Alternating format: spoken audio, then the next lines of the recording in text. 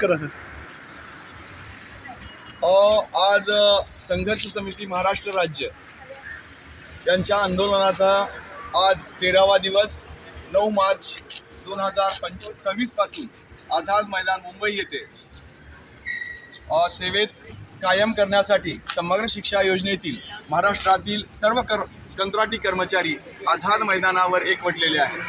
आज सुट्टी असल्यामुळे आझाद मैदानामध्ये आंदोलन करता येत नाही, परंतु मेन गेटवर आझाद मैदानाच्या मेन गेटवर या ठिकाणी आज आणि उद्या आंदोलन करण्यात येणार आहे. आणि सोमवारपासून पूर्ण ताकदीनिशी मैदानामध्ये महाराष्ट्रातील तमाम कंत्राटी कर्मचारी आपल्याला सेवेत कायम होण्यासाठी या ठिकाणी एकवटणार आहेत आणि सोमवारपासून आंदोलनाची धार ही तीव्र करण्यात येणार आहे.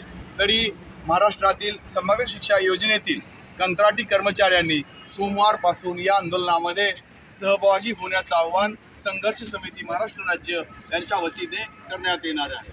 जोपर्यंत आपल्याला सेवेत कायम होण्याचा निर्णय मंत्रिमंडळाच्या बैठकीत घेतला जाणार नाही, तोपर्यंत या आझाद मैदानावर असलेले हे आंदोलन बंद होणार नाही. त्यामुळं सर्वांना पुन्हा एकदा सर्व समग्र शिक्षा योजनेतील तमाम सर्व कंत्राटी कर्मचाऱ्यांना, महाराष्ट्रातील सर्व कंत्राटी कर्मचाऱ्यांना विनंती करण्यात येते की त्यांनी सोमवारपासून जास्तीत जास्त 100% काम बंद आंदोलन ठेवून आझाद मैदानामध्ये या ठिकाणी उपोषणासाठी, अन्नत्याग आंदोलनासाठी सहभागी व्हावे, ही त्यांना एक आव्हान करण्यात येत आहे.